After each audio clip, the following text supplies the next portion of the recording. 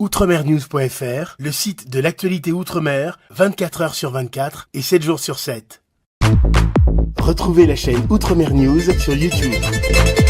L'association Sans Limite vous attend samedi 1er février dès 19h aux espaces V de Villepinte avec un invité, Aurel Niçoise. La vie fait beau! Aurel Niçoise, grande voix du Gros Cap, venant tout droit de Guadeloupe. Hommage à patrimoine. Vous aimez la tradition, vous aimez le Gros Cap. Un événement exceptionnel aux espaces V de Villepinte, 1 avenue Jean Fourgeau, samedi 1er février, 19h. Prévente sur Bizouk, parking gratuit. Plus d'infos 07 66 99 66 60.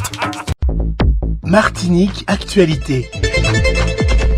La question de la vie chère en Outre-mer continue de soulever de vives inquiétudes, notamment en Martinique où les inégalités économiques frappent durement les habitants. Lors d'un colloque, les Outre-mer aux avant-postes qui s'est déroulé ce jeudi à la Maison des Océans à Paris, une conférence débat sur le thème de la Martinique et les révoltés de la vie chère a permis à plusieurs experts de mettre en lumière les causes profondes de cette situation. Une insuffisance des revenus, une répartition inégale des richesses, mais aussi la structure oligopolistique des marchés ultramarins. On fait une synthèse avec Catherine Emmanuel. Les prix élevés, notamment dans les secteurs de l'alimentaire, de l'automobile et des matériaux de construction, sont amplifiés par des coûts logistiques importants. L'isolement géographique des îles et la dépendance aux importations en sont les principaux facteurs. Le débat sur l'octroi de mer, cette taxe locale permettant de financer des politiques publiques, a également été au cœur des discussions. Si certains proposent de la supprimer, d'autres craignent que cette décision prive les territoires des ressources nécessaires à leur développement, comme l'a souligné Béatrice Bellé, députée de la Martinique. Pour pallier la situation, plusieurs solutions ont été proposées, une augmentation des revenus minimaux pour mieux faire face à la réalité économique locale, une révision des mécanismes fiscaux afin d'offrir une plus grande autonomie fiscale aux territoires ultramarins et un soutien à la production locale pour réduire la dépendance aux importations, mais aussi l'amélioration des services publics, en particulier la mobilité pour alléger le fardeau des dépenses quotidiennes. Enfin, une différenciation des politiques publiques apparaît comme essentielle. Les spécificités des territoires d'outre-mer ne peuvent pas être ignorées et nécessitent des réponses adaptées. Il en va de la justice sociale et économique pour les populations ultramarines. Une solidarité nationale doit s'accompagner de mesures plus ciblées et d'une prise en compte des réalités locales pour alléger les inégalités. La question reste donc ouverte. Ces ajustements seront-ils suffisants pour réduire l'écart grandissant entre l'Hexagone et les Outre-mer? Seul un changement structurel profond pourrait véritablement redonner du pouvoir d'achat aux habitants des territoires ultramarins. Et lors de ce colloque annuel à l'Outre-mer aux avant-postes, organisé ce jeudi par le magazine Le Point en collaboration avec l'hebdo-édition Hexagone de France Antilles et France Guyane, le PDG de Corsair, Jean-Paul Dubreuil, n'a pas hésité à aborder frontalement la question de la taxe Chirac, cette taxe appliquée aux billets d'avion entre la métropole et les Outre-mer. Interrogé sur l'impact de cette taxe sur les voyageurs ultramarins, le dirigeant de la compagnie aérienne a affirmé sans détour que les ultramarins n'échapperont pas à cette augmentation des tarifs. Selon lui, cette taxe qui vise à financer le développement de la coopération internationale a des conséquences directes sur les prix des billets d'avion, déjà élevés en raison des coûts spécifiques liés à la desserte des territoires d'outre-mer. Il a souligné que malgré les revendications des habitants et des entreprises ultramarines, l'augmentation des taxes de transport est une réalité difficile à éviter, compte tenu de la nécessité de financer l'aviation civile. Johnny Ajar, ancien député martiniquais, n'y va pas par quatre chemins. À quelques jours de l'examen par le Sénat, il qualifie la proposition de loi contre la vie chère de mirage. Dans un communiqué, l'ex-rapporteur sur la hausse des prix dénonce un texte vide de sens, avec un bouclier qualité-prix limité à 150 produits, loin des 6000 produits par le protocole précédent. Il fustige aussi l'inefficacité des observatoires des prix, dépourvus de moyens et de financement clairs. Bref, selon Johnny Ajar, un projet de loi sans véritable mesure contraignante pour les entreprises et sans réponse sur les marges arrière, un texte qui, selon lui, ne réglera rien du tout. Et après un appel à candidature et une procédure de recrutement rigoureusement respectée après une âpre compétition de compétences et savoirs, la CTM a décidé d'embaucher son chargé de mission au contrôle des prix et vie chère. Et l'heureux élu n'est autre que Johnny Ajar. Justice, le parquet de Paris a requis un procès devant la cour criminelle contre 3 policiers soupçonnés d'avoir agressé Michel Zecler, producteur de musique martiniquais, en novembre 2020. L'agression a survenu dans le studio de musique de Zecler à Paris et a été accompagnée de violences racistes selon les enquêteurs.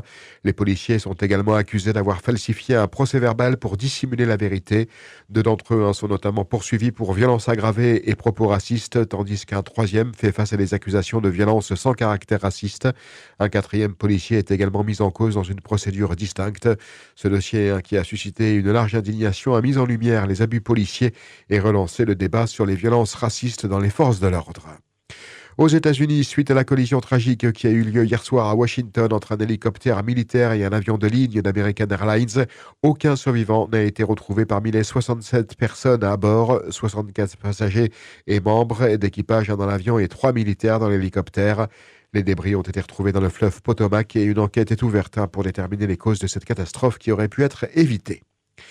L'Observatoire national de la sécurité routière a dévoilé ce jeudi les chiffres de la mortalité sur les routes en 2024. Si l'Hexagone reste stable, les territoires d'outre-mer connaissent une augmentation des décès avec 241 morts, soit une légère hausse par rapport à l'an passé. Les 2 roues motorisées sont particulièrement concernées avec 83 décès, souvent liés au non-port du casque, un facteur impliqué dans un tiers des accidents. En voiture, la ceinture de sécurité reste un enjeu majeur. Plusieurs territoires enregistrent jusqu'à 75% de victimes sans ceinture.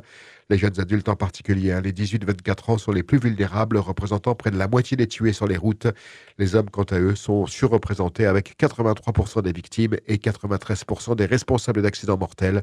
En somme, les comportements responsables comme le port du casque et de la ceinture sont essentiels pour endiguer cette triste tendance.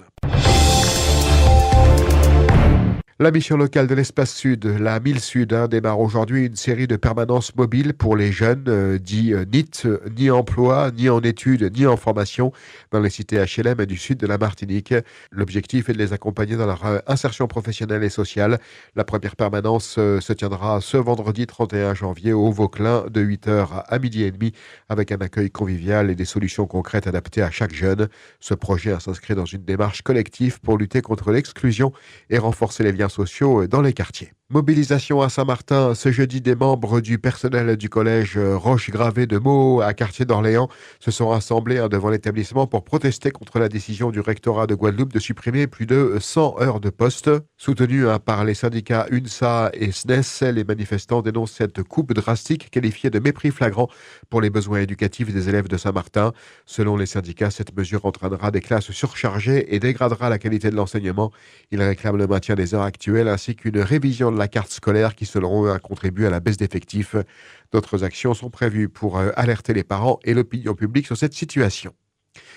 Le comité d'action sociale en faveur des originaires d'outre-mer, le CASODOM, lance l'appel à candidature pour la 11e édition des Talents de l'outre-mer, une initiative qui vise à célébrer les parcours d'exception des ultramarins. Ce prix valorise les réussites intellectuelles, artistiques et professionnelles des originaires des outre-mer. Les jeunes talents comme les experts confirmés peuvent postuler dans 2 catégories, jeunes talents pour ceux qui viennent de terminer leurs études et talents confirmés pour les professionnels déjà établis.